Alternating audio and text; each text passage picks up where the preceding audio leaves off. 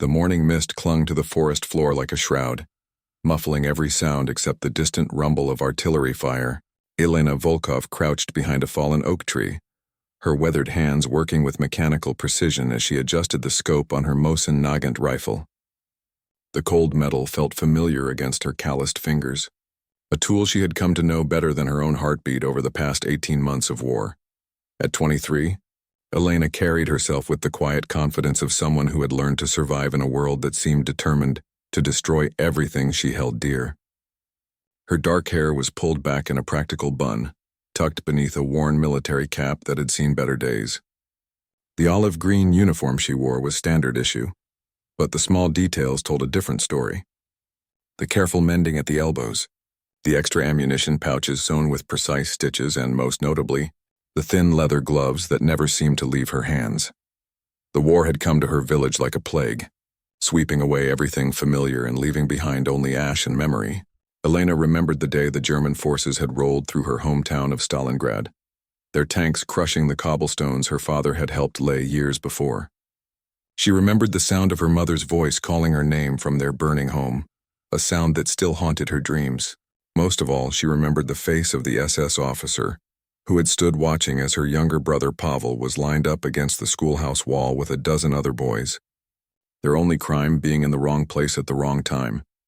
That day had changed everything.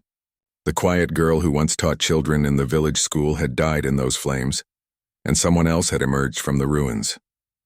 Someone harder, more focused, with hands that no longer trembled when they held a weapon. Elena had made her way to the Soviet lines, claiming to be a nurse seeking to serve her country. But she had no intention of tending wounds or carrying supplies. She had come to kill Germans, and she was very good at it. The forest around her position was part of the Kursk salient, where the German army was preparing for what would become one of the largest tank battles in history. Elena had been tracking a German patrol for 3 days, learning their patterns and waiting for the perfect moment. Through her scope, she could see them now. 5 soldiers moving cautiously through the underbrush about 400 meters away. Their Feldgrau uniforms made them blend well with the shadows.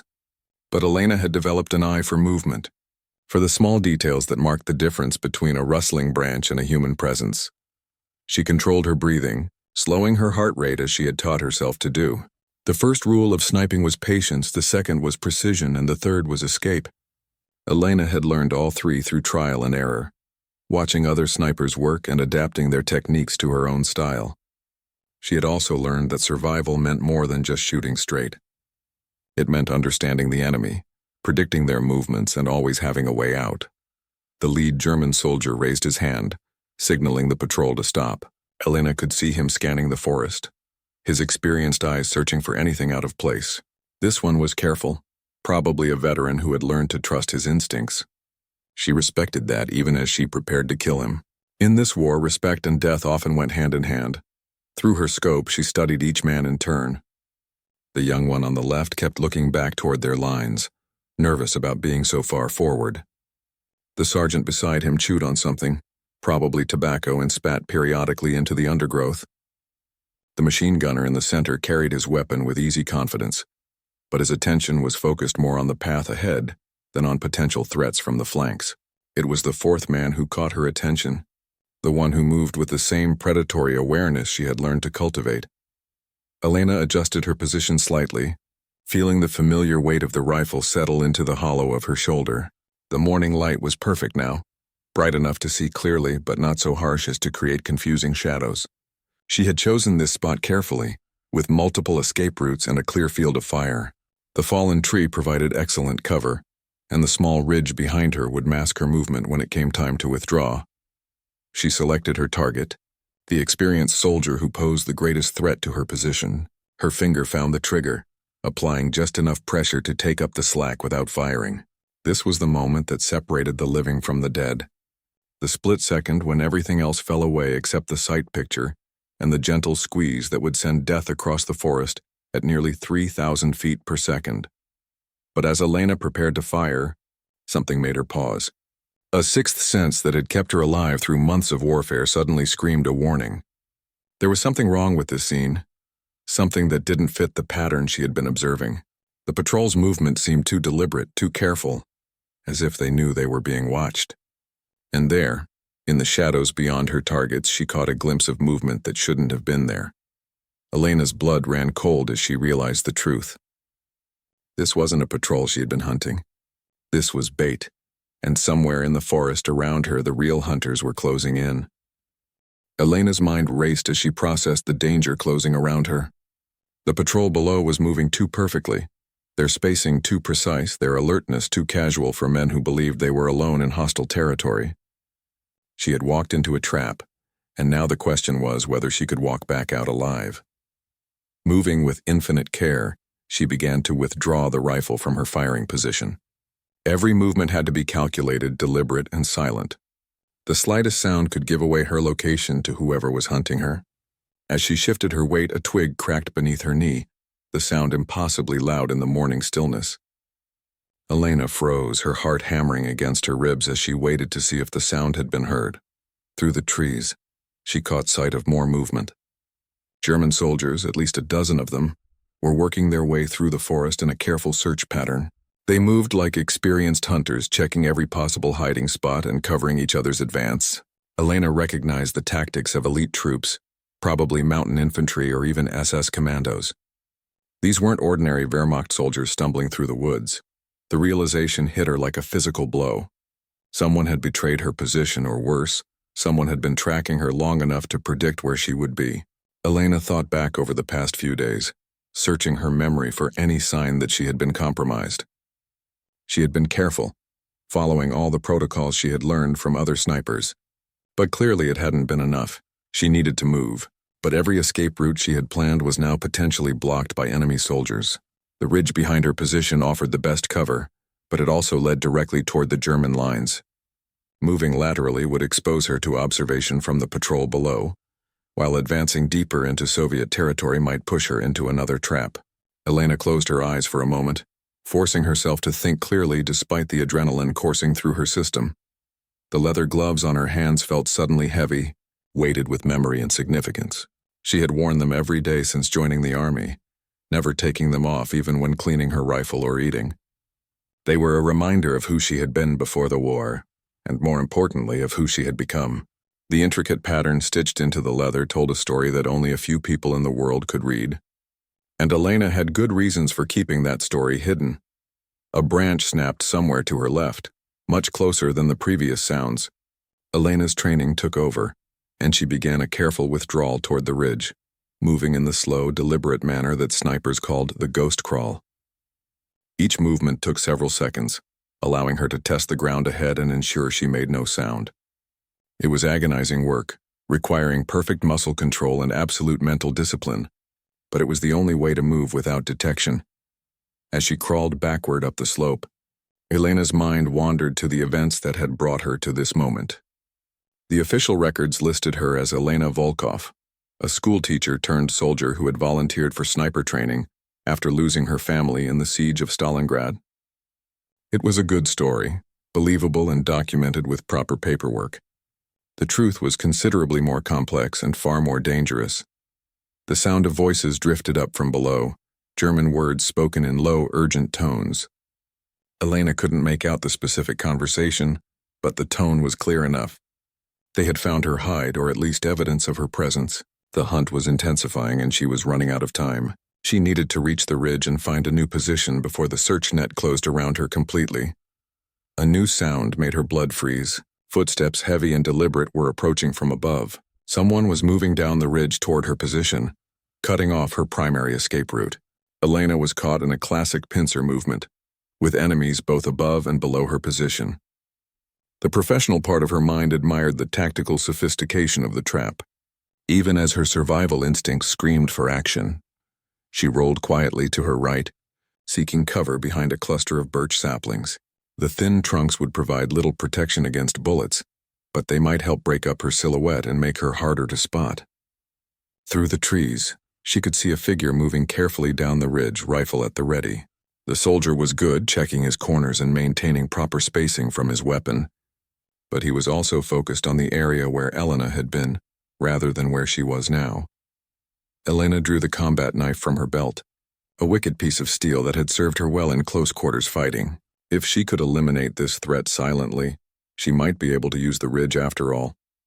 But as the soldier drew closer, she realized he wasn't alone. Two more figures were moving parallel to his position, maintaining a disciplined advance that spoke of elite training and combat experience. The situation was rapidly becoming impossible. Elena had perhaps 30 seconds before the search pattern would inevitably find her current position.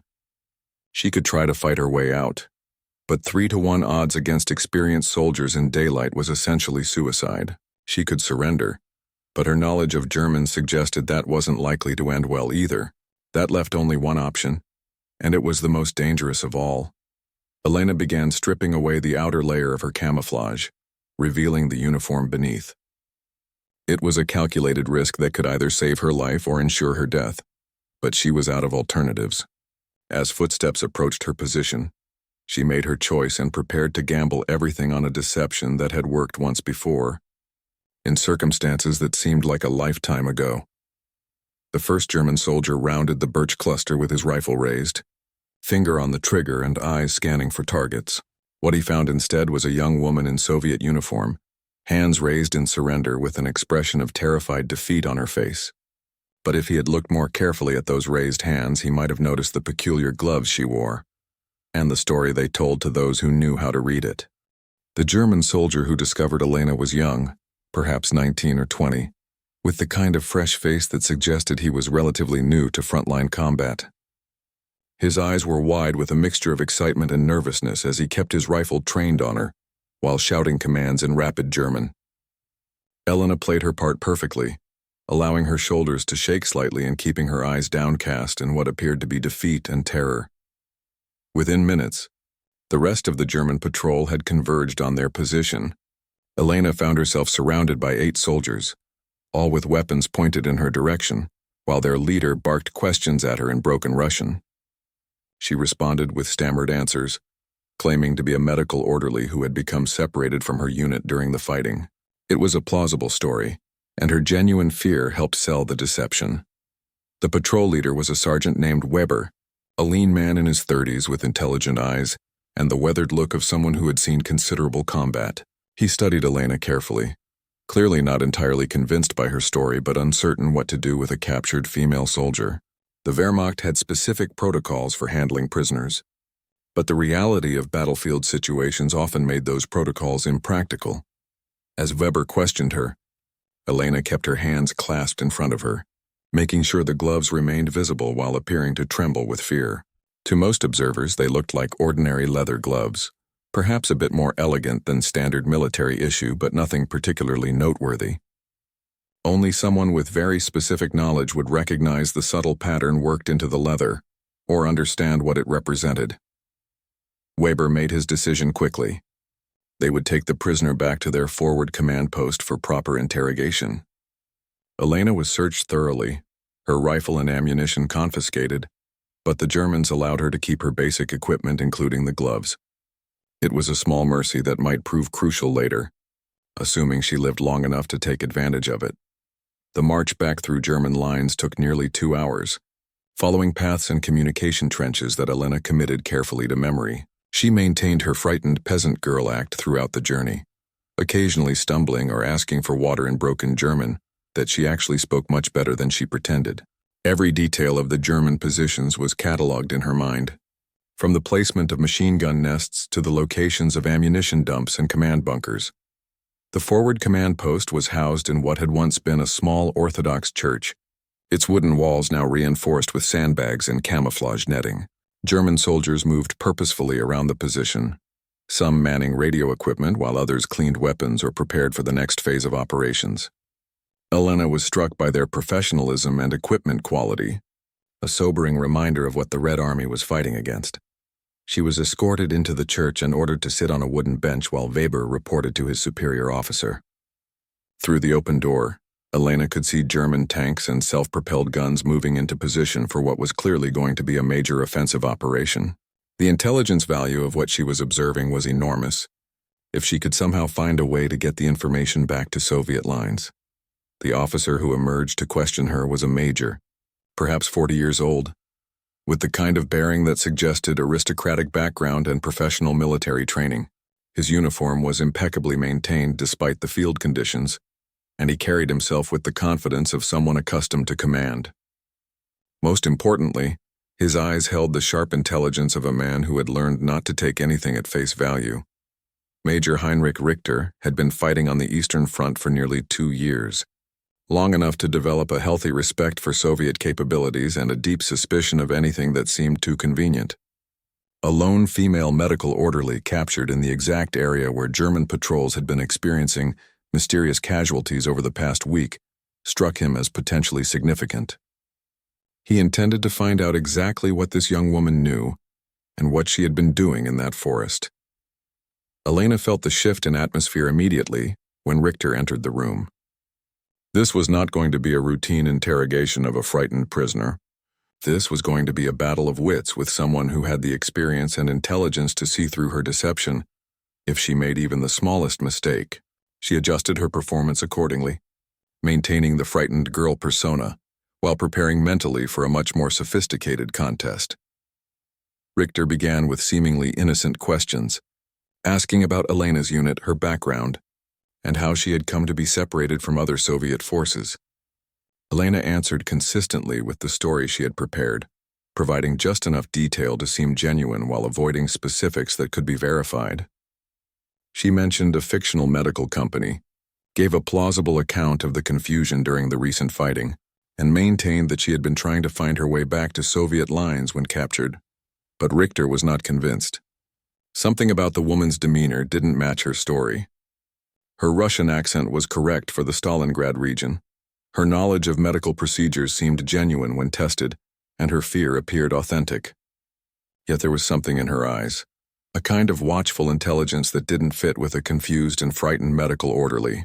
More telling, her hands showed calluses consistent with extensive rifle use, unusual for someone who claimed to work primarily with wounded soldiers. As the interrogation continued, Elena began to realize that her carefully constructed cover story was not going to be enough. Richter was too experienced, too observant, and too suspicious to be easily deceived. She needed to give him something that would satisfy his curiosity, while still protecting her real identity and mission. It was time to reveal part of the truth, while keeping the most dangerous secrets hidden. Elena allowed tears to form in her eyes as she began a new story, one that contained enough truth to be convincing. She admitted to being a sniper, claiming that she had been driven to it by the loss of her family during the German advance. She spoke of her brother's death, her mother's final words, and her burning desire for revenge against the soldiers who had destroyed everything she loved. It was a story that contained genuine emotion, because the core of it was absolutely true. Richter listened carefully, evaluating both her words and her emotional responses. This version of events seemed much more consistent with the evidence, and it explained both the rifle calluses and the intelligent watchfulness he had observed. A revenge-motivated sniper was entirely plausible and fit with what German intelligence knew about Soviet tactics in the region. But as Elena finished her story and looked up at him with tear-filled eyes, something caught his attention that made him suddenly very interested indeed. Richter's eyes fixed on Elena's hands as she wiped away the tears, studying the leather gloves with sudden intense interest. At first glance, they appeared to be well-made but unremarkable accessories, the kind of item a woman might have owned before the war and kept as one of her few remaining possessions. But Richter had spent considerable time in Eastern Europe before the war, serving as a military attaché in various embassies, and he had developed an eye for certain details that most soldiers would miss entirely. The pattern worked into the leather was subtle, almost invisible unless viewed from the correct angle, and with proper lighting. It consisted of interweaving lines that might have been mistaken for decorative stitching, but Richter recognized it as something far more significant. The design was a mark, a symbol used by a very specific and highly secretive organization that few people knew existed, and even fewer could identify on sight. Elena noticed the change in Richter's expression and felt her stomach drop. She had been careless, allowing emotion to override her usual caution about keeping the gloves hidden. Now she watched as understanding dawned in the German major's eyes, and she knew that her carefully constructed deception was about to collapse entirely. The question was whether she could salvage the situation, or if she had just signed her own death warrant. Richter stood slowly, his movements deliberate and controlled, He walked around Elena's chair, studying her from different angles while his mind processed the implications of what he had discovered. The gloves bore the mark of the Ghost Division, an elite Soviet intelligence unit that officially didn't exist.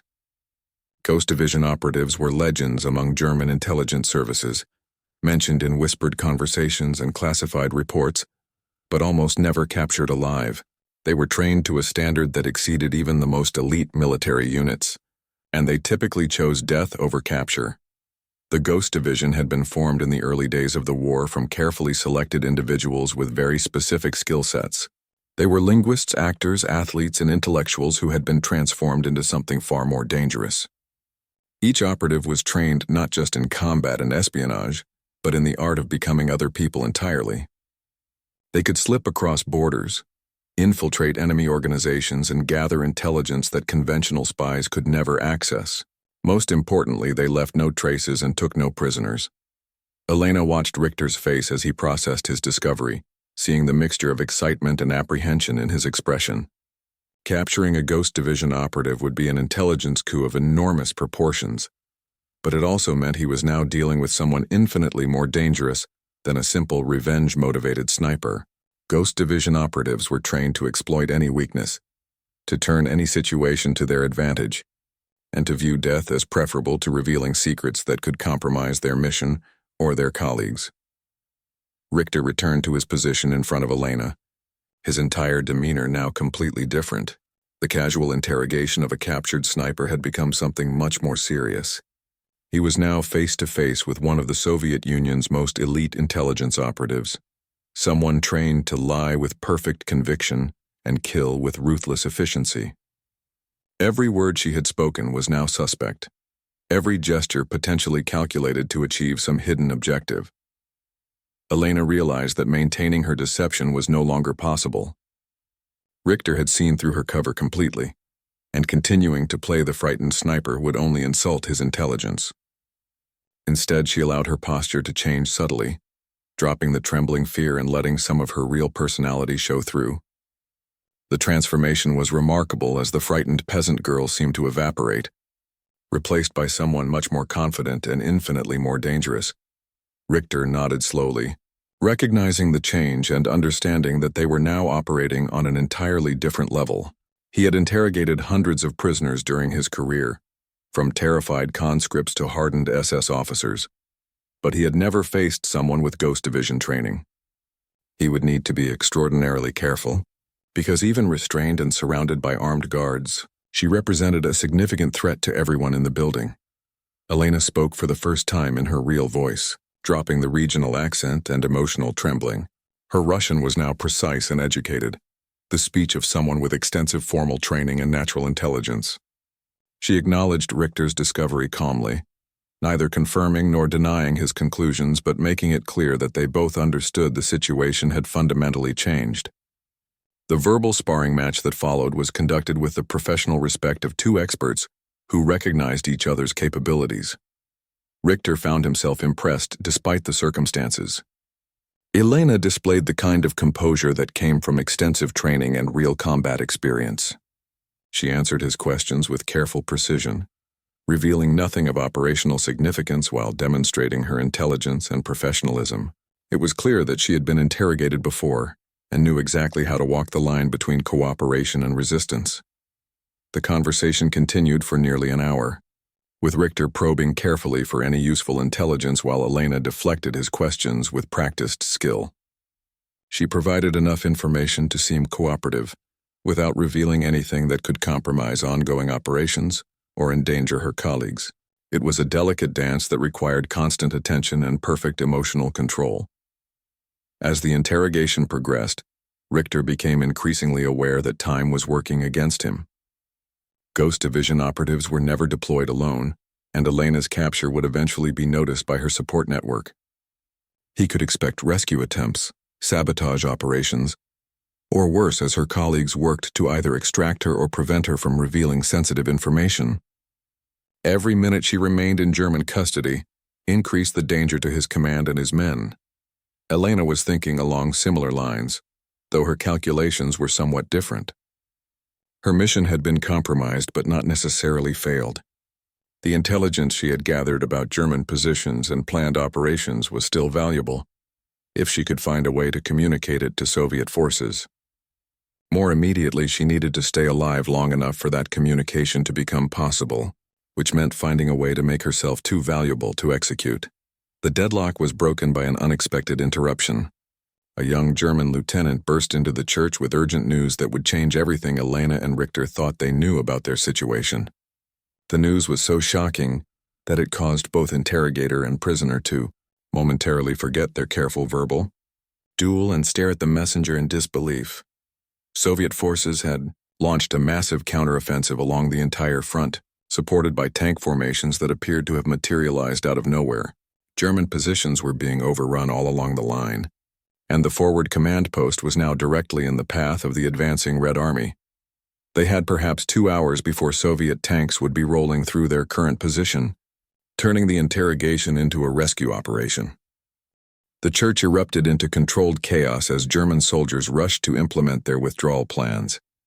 Radio operators destroyed sensitive equipment, while others prepared demolition charges to deny useful materials to the advancing Soviet forces. Through the windows, Elena could see tanks and vehicles moving rapidly along the forest roads, German units falling back to secondary defensive positions under the pressure of the massive Soviet counteroffensive. Richter found himself facing an impossible decision. Standard protocol demanded that valuable prisoners be evacuated with other essential assets, but Elena's Ghost Division status made her extraordinarily dangerous to transport. Ghost Division operatives were trained to exploit exactly these kinds of chaotic situations, and moving her during a combat withdrawal would provide numerous opportunities for escape or sabotage. At the same time, leaving her behind meant losing one of the most valuable intelligence assets he had ever encountered. Elena watched the German preparations with professional interest, noting their efficiency and discipline even under extreme pressure. These were experienced soldiers who had conducted withdrawals before, and they knew exactly what needed to be done and in what order. However, she also noticed small details that suggested the situation was even worse than they were acknowledging. The urgency of their movements, the amount of equipment being abandoned, and the direction of their withdrawal all indicated that German forces were not conducting an orderly tactical retreat but rather a desperate escape from encirclement. The sound of artillery fire was growing closer, and Elena could distinguish between German guns firing in support of the withdrawal and Soviet weapons targeting the retreating columns. The pattern of explosions suggested that Soviet forces were indeed advancing much faster than anyone had expected, probably using the same forest paths that Elena had been studying over the past several days. Her intelligence-gathering mission had been more successful than she had realized, providing information that was now being used to devastating effect against the German positions. A series of explosions much closer to the church shook dust from the wooden beams and caused several German soldiers to look nervously toward the doors. Richter made his decision quickly, ordering Elena to be prepared for immediate transport while he finished destroying the most sensitive documents in his possession. She would be evacuated with the command, staffed to a secure facility where proper interrogation could continue under controlled conditions. Elena was bound with her hands behind her back and escorted to a waiting vehicle by 2 guards. As they moved through the German positions, she continued gathering intelligence, noting the types and quantities of equipment being abandoned, the direction of the withdrawal, and the apparent state of morale among the German soldiers. Everything she observed would be valuable to Soviet intelligence if she survived long enough to report it. The vehicle assigned to transport Elena was a captured Soviet truck that had been pressed into German service. Ironic, given the circumstances. Richter climbed into the passenger seat while Elena was placed in the back with her guards, and the small convoy began moving through the forest on roads that were becoming increasingly crowded with retreating German forces. The withdrawal was beginning to look more like a rout, with vehicles of all types streaming westward in barely organized columns. Elena tested her bonds carefully, finding them professionally applied but not impossible to escape given time and opportunity. The guards assigned to watch her were competent soldiers, but they were also increasingly distracted by the sounds of battle growing closer behind them. She began working mentally through various escape scenarios, evaluating each option against the changing tactical situation around them. The convoy had traveled less than 10 kilometers when the first Soviet aircraft appeared overhead. The Sturmovik ground attack planes swept down on the packed German columns with devastating effect, their cannons and bombs creating massive explosions that threw vehicles off the road and set fuel trucks ablaze. Elena's transport was caught in the middle of the attack, with burning vehicles ahead and behind blocking any immediate escape route. During the chaos of the air attack, Elena made her move. Using a technique learned during her Ghost Division training, she managed to slip her bonds while her guards were focused on the destruction around them. In the confusion and smoke, she was able to eliminate one guard silently and acquire his weapon before the second guard realized what was happening. The fight that followed was brief and decisive, leaving Elena in control of the vehicle but trapped in the middle of a German convoy. Under heavy air attack, Richter had been thrown from the passenger seat during the initial bombing run and was now crawling toward cover when he saw Elena emerge from the smoking truck with a German rifle in her hands. Their eyes met across the chaos and both understood that their careful interrogation game had been replaced by something much more primal. Elena had regained her weapons and her freedom, but she was still surrounded by German soldiers and caught in the middle of a combat zone. The air attack ended as suddenly as it had begun, leaving behind a scene of devastation that stretched for several kilometers along the forest road. Burning vehicles created a pall of black smoke that would be visible for miles, and the screams of wounded soldiers mixed with the sound of ammunition cooking off in the fires. Elena found herself in a situation that was both an opportunity and a trap, free to act but surrounded by enemies in a rapidly changing battlefield. She moved carefully through the wreckage, using her training to avoid detection while working her way toward what she hoped would be Soviet positions.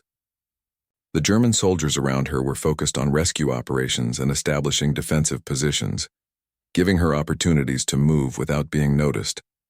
However, she was also aware that Soviet forces approaching the area would not necessarily distinguish between her and the German soldiers she was moving. Among Elena's escape attempt was complicated by the arrival of German reinforcements sent to help organize the withdrawal.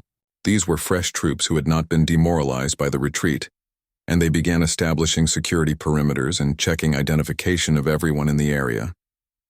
Elena realized that her window of opportunity was closing rapidly, and she would need to make a decisive move soon if she hoped to avoid recapture. The sound of tank engines in the distance announced the approach of Soviet armored forces, probably the spearhead of the counteroffensive that had shattered German positions throughout the region. Elena knew that she needed to find a way to signal her identity to the advancing Soviet forces, while avoiding the German soldiers who were now actively searching for her. The next few minutes would determine whether her intelligence mission ended in success or tragedy, and whether she would live to fight another day in the war that had already taken so much from everyone involved. The forest erupted in a cacophony of battle as Soviet T-34 tanks smashed through the German defensive lines with overwhelming force.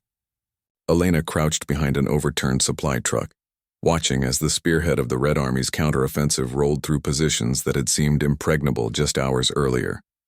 The sound of tank tracks crushing timber and metal mixed with the crack of rifle fire and the deeper boom of anti-tank guns as German forces made their final stand.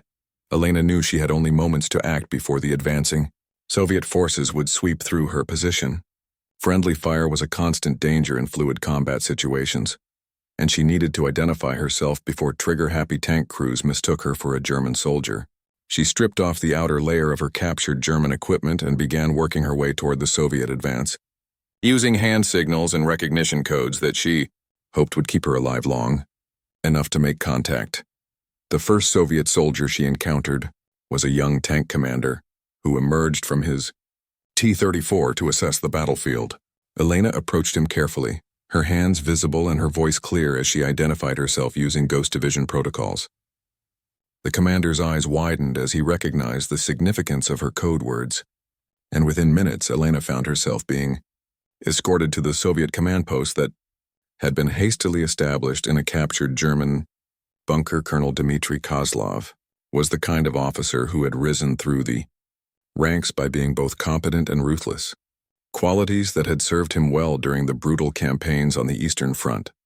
When Elena was brought before him, Still wearing her mysterious leather gloves and carrying intelligence that could reshape their understanding of German capabilities, he realized he was dealing with something far more significant than a simple escaped prisoner. Elena's debrief took nearly 4 hours, during which she provided detailed information about German positions, troop movements, and defensive preparations that she had observed during her time behind enemy lines. More importantly, she was able to confirm the effectiveness of the surprise attack and provide real-time intelligence about German withdrawal routes that allowed Soviet forces to press their advantage with devastating effect. The intelligence Elena had gathered proved to be extraordinarily valuable. Her observations of German tank concentrations had allowed Soviet planners to position their own armored forces for maximum impact, while her knowledge of communication networks had enabled targeted strikes that disrupted German coordination at the most critical moment.